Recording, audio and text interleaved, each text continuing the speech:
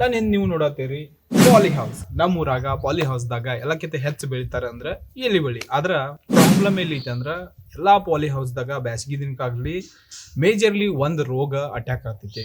ಯಾವ್ದ್ರದ್ದು trips ಅಂತ ಅದನ್ನ ಕರಿತಾರು. ಅದು ಯಾಕೆ ಬರ್ತೈತಿ, ಅದನ್ನ ಹೆಂಗ್ ನಿವಾರಣೆ ಮಾಡೋದ ಡೀಟೇಲ್ ಆಗಿ ಮಾತಾಡೋದು ಬರ್ರಿ.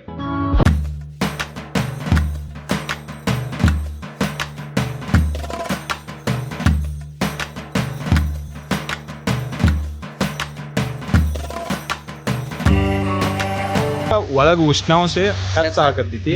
ಹೆಚ್ಚಾದ ಕಾರಣದಿಂದ ಆ ಹುಳಗಳು ಬೆಳಿತಾವು. 3 ಸ್ಟೇಜ್, ಒಂದ್ ಎಗ್ಗ, ಆಮೇಲೆ ಒಂದ್ ಅಡಲ್ಟ್ ಮರಿ, ಆಮೇಲೆ ಅದ್ ಅಡಲ್ಟ, ಅದಾದ್ಮೇಲೆ ಅದಕ್ ಪಕ್ ಬರ್ತಾವ್. ಪಕ್ ಬಂದ್ ಹಾರಿತಂದ್ರ ಅದ್ ಮತ್ ಬೇರೆ ಕಡೆ ಎಲ್ಲ ಬಹಳ ಅಟ್ಯಾಕ್ ಮಾಡ್ತೈತಿ. ಅದಕ್ಕ ಎಲ್ಲಿ ಔಷಧ ಕುತ್ಪೇಟಿ ಮತ್ ಹಾರ್ತೈತಿ, ಅಲ್ಲಿ ಔಷಧ ಮುಗ್ಯಾನ ಮತ್ ಬಂದ್ ಅಲ್ಲಿ ತಿನ್ನಾಕ್ ಚಾಲು ಮಾಡ್ತೈತಿ ಇಲ್ಲಿ. ಸೊ ಅಂದ್ರ ಅದ್ ಬರುನು ಕೊಡೋದಿಲ್ಲ, ಅದ್ ಆ ಸ್ಟೇಜ್ ಅದನ್ನ ಆ ಹುಳ ಹೋಗುನು ಕೊಡೋದಿಲ್ಲ. ಅದಕ್ಕಿಂತ ಮೊದಲು ನಾವು ಕಂಟ್ರೋಲ್ ಮಾಡಾಕ ಒಂದ್ 3 ನಮ್ನಿ ಔಷಧಿ ಇದಾವ. ಒಂದನೇದ ಸಿಮೋಡಿಸ್, ಎರಡನೇದ ಗ್ರಾಸಿಯಾ, ಮೂರನೇದ ಎಕ್ಸ್ಪೋನಸ್. ಇವ್ 3 ಕೂಡಿಸಿ ಹೊಡಿಬೇಕು, ಒಂದೊಂದು ಹೊಡಿಬೇಕು. ಸಿಮೋಡಿಸ್ ಕಂಪಲ್ಸರಿ ಮತ್ತೊಂದ್ ಏನ ಇದ್ರಾಗ ಧನುಕಾ ಕಂಪನಿಯದ ಬೆಡ್ಶೀಟ್ ಅಂತ ಬರ್ತಿ. ಅದನ್ನ ಕಂಪಲ್ಸರಿ ಒಂದ್ ಕ್ಯಾನಿಗೆ 10 ರಿಂದ 12 ಮಿಲಿ ಯೂಸ್ ಮಾಡ್ಬೇಕು.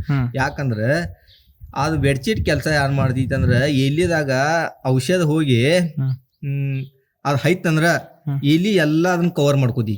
ವಿತ್ತ ಎಲ್ಲಿದಾಗ ಬಿ ಅದನ್ನ ಇಳ್ಯಾಕ ಕಂಟ್ರೋಲಿಂಗ್ ಮಾಡ್ತಿ. ಅಂದ್ರೆ ಇದು ಇವ್ 3 ಔಷಧಿ ಹೊಡಿತಂದ್ರ ಕಂಪಲ್ಸರಿ ಬೆಡ್ಶೀಟ್ ಯೂಸ್ ಮಾಡ್ಬೇಕು. ಬೆಡ್ಶೀಟ್ ಯೂಸ್ ಮಾಡಬೇಕು.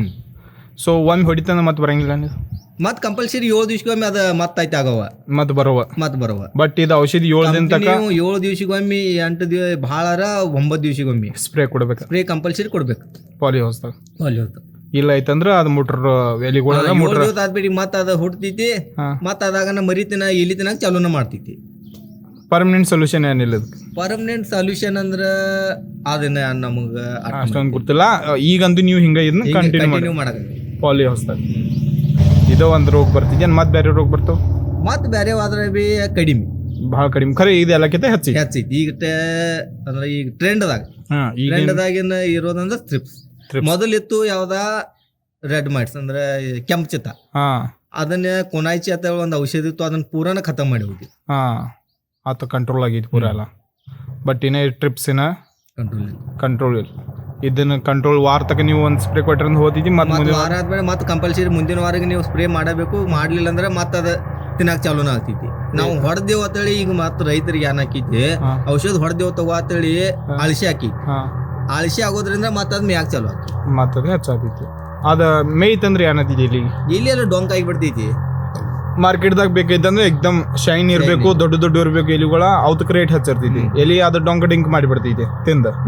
ಹಿಂದಿನ ತಳಗಿನ ಬೇರ್ ತಿಂತಿದ್ಯ, ಹಿಂದಿನ ನರಾನ ತಿಂತಿದ್ಯ. ಎಲಿ ಹಿಂದಿನ ನರ ಇರ್ತೈತಿ, ಅದನ್ನ ತಿಂತಿದ್ಯ ನರ.